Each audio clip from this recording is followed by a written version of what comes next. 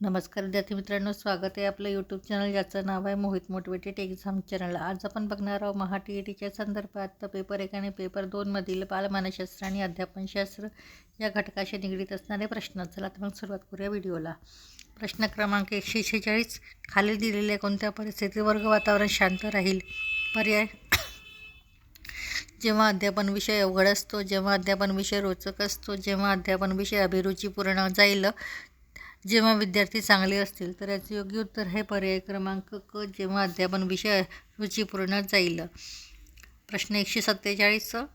खालीलपैकी कोणता प्रश्न प्रकारात विद्यार्थ्यांना आपले विचार व्यक्त करण्याची सोय नसते? पर्याय: मुक्त प्रश्न, निबंधात्मक प्रश्न, दीर्घोत्तरी प्रश्न, बंदिस्त प्रश्न. तर याचे योग्य उत्तर आहे पर्याय क्रमांक ड, बंदिस्त प्रश्न.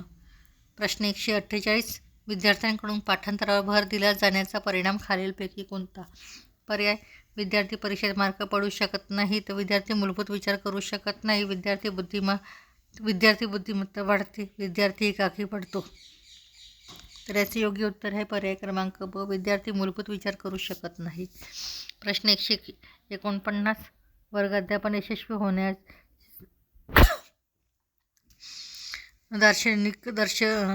निर्देशक बाब कोणती? पर्याय: विद्यार्थ्याला झोप येणे, विद्यार्थ्याची अध्ययनात सक्रियता होणे, चांगले सुहस्ताक्षरात फलकलेखन करणे, विद्यार्थ्यांच्या मनात प्रश्न निर्माण न होणे. तर याचे योग्य उत्तर आहे पर्याय क्रमांक ब, विद्यार्थी अध्ययनात सक्रिय होणे.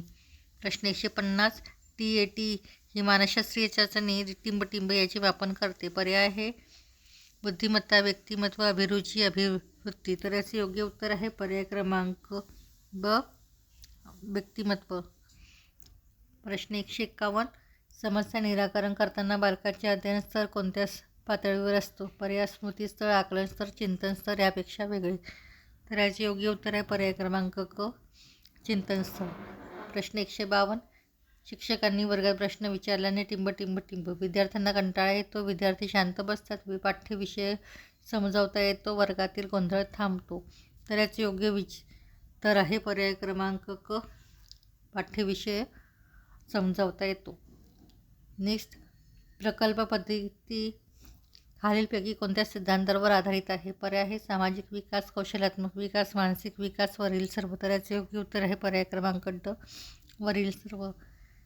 त्यानंतर प्रश्न: खालीलपैकी कोणते विधान सत्य आहे? पर्याय: मुले मुलींपेक्षा अधिक बुद्धिमान असतात, बुद्धिमत्ता व लिंग यांच्यात कोणताही संबंध नसतो, मुली या मुलांपेक्षा अधिक बुद्धिमान असतात, फक्त प्रौढ माणसे बुद्धिमान असतात.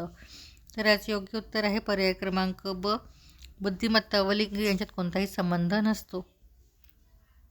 प्रश्न 155. खालीलपैकी कोणते तत्व राष्ट्रीय अभ्यासक्रम आराखडा 2005 शी निगडीत नाही?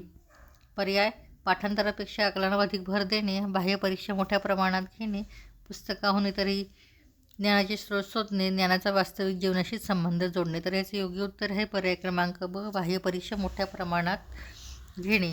प्रश्न 156. बालमानसशास्त्राशी संबंधित खालीलपैकी कोणते विधान सत्य आहे?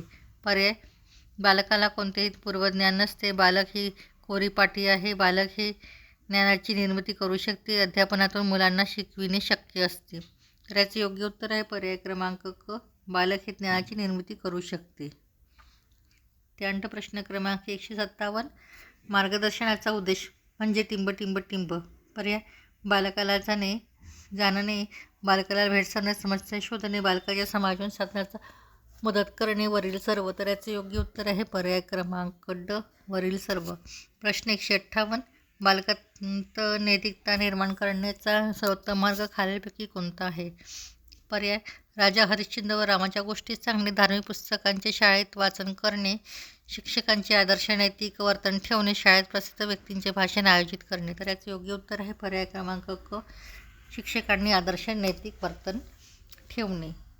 त्यानंतर शिक्षक व विद्यार्थ्यांमधील संबंध खालीलपैकी कोणत्या स्वरूपाचे असावेत? शिक्षक विद्यार्थी संबंध आहे विश्वासाचे, प्रेमाचे, द्वेषाचे, कपटाचे, स्नेहाचे.